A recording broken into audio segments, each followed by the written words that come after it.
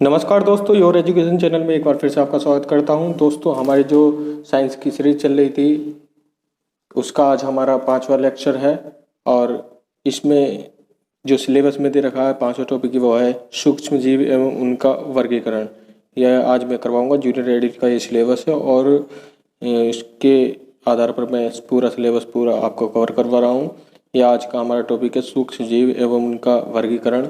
आइए इससे रिलेटेड कुछ क्वेश्चन देखने से पहले मैं आपको थोड़ा सा सूक्ष्म जीव की परिभाषा में आपको बता देता हूँ। सूक्ष्म जीव ऐसे छोटे छोटे जीव होते हैं जिन्हें सामान्यतः आँखों से नहीं देखा जा सकता। इन्हें देखने के लिए एक विशेष यंत्र की आवश्यकता होती है जिसे सूक्ष्मदर्शी कहते हैं। ठीक है, सूक्ष्म जीव जैसे कवक को आवर्धक लेंस की सहायता से देखा जाता है और सूक्ष्म जीव मुख्यतः 4 भागों में विभाजित किया गया है इन्हें। ये है जीवाणु, कवक, प्रोटोजोआ और शैवाल। और सूक्ष्म जीव को अगर जो हम विभाजित करें तो 2 तरह की कैटेगरी आएंगी इसके इसमें। वो होती है जैसे कि एक कोशिकीय और अकोशिकीय। ठीक है, अकोशिकीय में तो विषाणु आते हैं। विषाणु को हम एक कोशिकीय में गिनते हैं और कोशिकीय सूक्ष्म जीव जो होते हैं उसमें भी 2 कैटेगरी होती हैं, एक कोशिकीय और दूसरा बहुकोशिकीय। ठीक है, एक कोशिकीय में आते हैं जीवाणु, प्रोटोजोआ, कुछ शैवाल, और बहुकोशिकीय में आते हैं कवक और कुछ शैवाल जैसे नीलहरित शैवाल आदि। तो इनके लिए ज़्यादा कुछ जो भी मेरे इम्पोर्टेंट लगेंगे वन लाइनर क्वेश्चन या वन लाइनर जो भी कुछ है वो मैं आपको PDF में दे दूंगा। टेलीग्राम ग्रुप में ज्वाइन हो जाना, वहाँ पर हर एक वीडियो का PDF आपको मिलता है और जो भी महत्वपूर्ण तथ्य होते हैं वो मैं आपको वहाँ पर सेंड कर दूंगा इसके। ठीक है, तो यहाँ पर हम अब इसके क्वेश्चन की तरफ चलते हैं। पहला क्वेश्चन है, पहला प्रकाश संश्लेषी ऑक्सीजन उत्पन्न करने वाला जीव पृथ्वी पर प्रकट हुआ था, तो वह कौन सा था? ये था साइनोबैक्टीरिया। ऑप्शन नंबर ए इसका सही आंसर होगा। अगले क्वेश्चन की तरफ चलते हैं हम। क्वेश्चन नंबर 2 है, यदि किसी विषाणु में केवल एक सिरे पर फ्लैजेला होता है तो इसे क्या कहा जाता है? तो इसे क्या कहते हैं? इसे कहते हैं दोस्तों मोनोट्राइकस, इसको कहते हैं। ऑप्शन नंबर बी इसका सही आंसर हो जाएगा। अगले क्वेश्चन की तरफ चलते हैं। अगला क्वेश्चन है, निम्नलिखित में से कौन मोनेरा समूह से संबंधित नहीं है? तो मोनेरा समूह से संबंधित कौन नहीं है? बैक्टीरिया मोनेरा समूह से संबंधित है, साइनोबैक्टीरिया भी, माइकोप्लाज्मा भी, और डाइट जो है ये नहीं है। तो इसका सही आंसर हो जाएगा डाइटम। ठीक है, ऑप्शन नंबर बी इसका सही आंसर हो जाएगा। अगले क्वेश्चन की तरफ चलते हैं।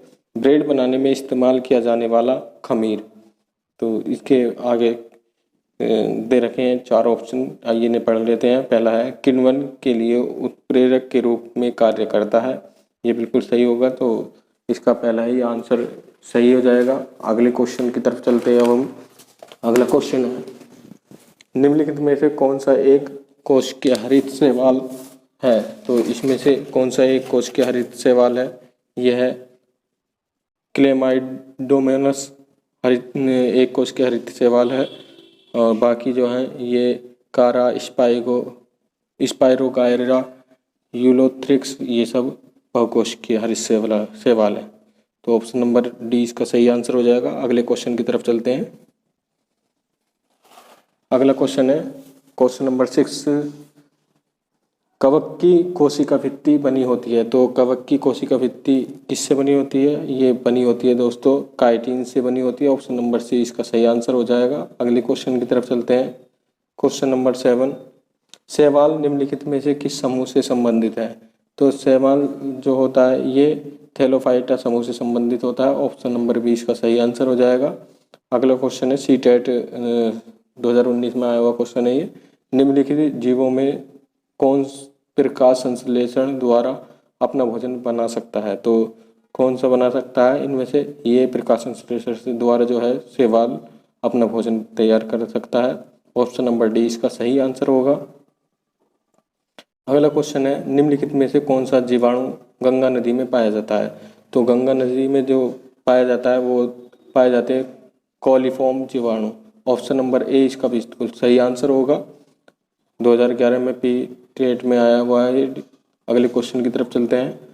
क्वेश्चन नंबर 10 है, कोशिका भित्ति वाला सबसे छोटा सजीव जीव है। तो सबसे छोटा सजीव जीव कौन है? यह है जीवाणु। ऑप्शन नंबर डी इसका बिल्कुल सही आंसर होगा। जीवाणु एक कोश के जीव है। इसका आकार लगभग कुछ का ही होता है। ठीक है, ये केंद्रक विहीन कोशिका भित्ति युक्त एक कोश के सरल जीव होता है जो प्राय सभी में पाए जाते हैं। इसकी कोशिका भित्ति मुख्यतः सेलुलोज की बनी होती है। ठीक है, अगले क्वेश्चन की तरफ चलते हैं हम। क्वेश्चन नंबर 11, यीस्ट का प्रयोग के उत्पादन में किया जाता है। तो किसके उत्पादन में किया जाता है इसका प्रयोग? ये अल्कोहल के उत्पादन में किया जाता है। ऑप्शन नंबर ए बिल्कुल सही आंसर होगा। अगले क्वेश्चन की तरफ चलते हैं। ये कॉलम एक कॉलम भी दे रखा है, इससे मिलान करना है हमें। तो पहला है लैक्टोबैसिलस। तो लैक्टोबैसिलस ये दही जमाने के काम में आता है और इससे मिलान हो जाएगा। प्रोटोजोआ, प्रोटोजोआ किस काम आता है? ये प्रोटोजोआ मलेरिया में मलेरिया से संबंधित है। और राइजोबियम किससे संबंधित है? यह नाइट्रोजन स्थिरीकरण से संबंधित है। विषाणु एड्स से संबंधित है। तो इसका जो सही ऑप्शन हो जाएगा ये हो जाएगा, इसमें ऑप्शन नहीं दे रखा है, वैसे मैंने मिलान करवा दिया है, ये आप यहाँ देख लेना। ऑप्शन वाला पोर्शन मैंने छोड़ दिया था। अगले क्वेश्चन की तरफ चलते हैं। क्वेश्चन नंबर 13, सूक्ष्मतम कोशिका कवक द्रव्य माइकोप्लाज्मा में पाई जाती है। कवक द्रव्य है तो ये क्या पाई जाती है इसमें? ये जीवाणु। ऑप्शन नंबर सी इसका सही आंसर हो जाएगा। अगले क्वेश्चन की तरफ चलते हैं। क्वेश्चन नंबर 14 है, निम्नलिखित में से कौन गर्म पानी के कुंडों, गहरे समुद्र, तप्त कंदराओं और अंटार्कटिका की बर्फ जैसे जीवन यापन हेतु अति जटिल निवास स्थान में भी निवास कर सकता है? तो यह कौन कर सकता है दोस्तों? इसका आंसर होगा दोस्तों ऑप्शन नंबर बी जीवाणु। जीवाणु जो है कहीं पर भी आसानी से रह सकता है। ठीक है, अगले क्वेश्चन की तरफ चलते हैं और ये इस वीडियो का आज का लास्ट क्वेश्चन है। निम्नलिखित में से कौन सा नाइट्रोजन फिक्सिंग बैक्टीरिया है? तो कौन सा नाइट्रोजन फिक्सिंग बैक्टीरिया? यह है राइजोबियम। ऑप्शन नंबर बी इसका बिल्कुल सही आंसर होगा। तो दोस्तों और इसकी जो भी अच्छे क्वेश्चन है, वन लाइनर क्वेश्चन, वो मैं आपको PDF में दे दूंगा। आप चिंता मत करना, वहाँ पर मैं पूरा मटेरियल आपको प्रोवाइड करवाऊँगा। और इसकी वीडियो की PDF भी क्वेश्चन की वहीं पर मिल जाएगी आपको टेलीग्राम पर। टेलीग्राम का लिंक डिस्क्रिप्शन में दे रखा है, वहाँ जाकर आप टेलीग्राम पर ज्वाइन हो जाइए। और अगर फिर भी आपको वहाँ से कभी कभी प्रॉब्लम हो जाती है कि नहीं कर पाते हैं, लिंक से नहीं जा पाते हैं, तो आप ये सर्च करना @YourEducation71, तो ग्रुप आपका मिल जाएगा। मिलते हैं आप अगली वीडियो पर। आज पॉलिटी की वीडियो भी आपकी आएगी। पॉलिटी की काफ़ी दिनों से नहीं आई थी, तो आज पॉलिटी की क्लास भी आपकी चलेगी।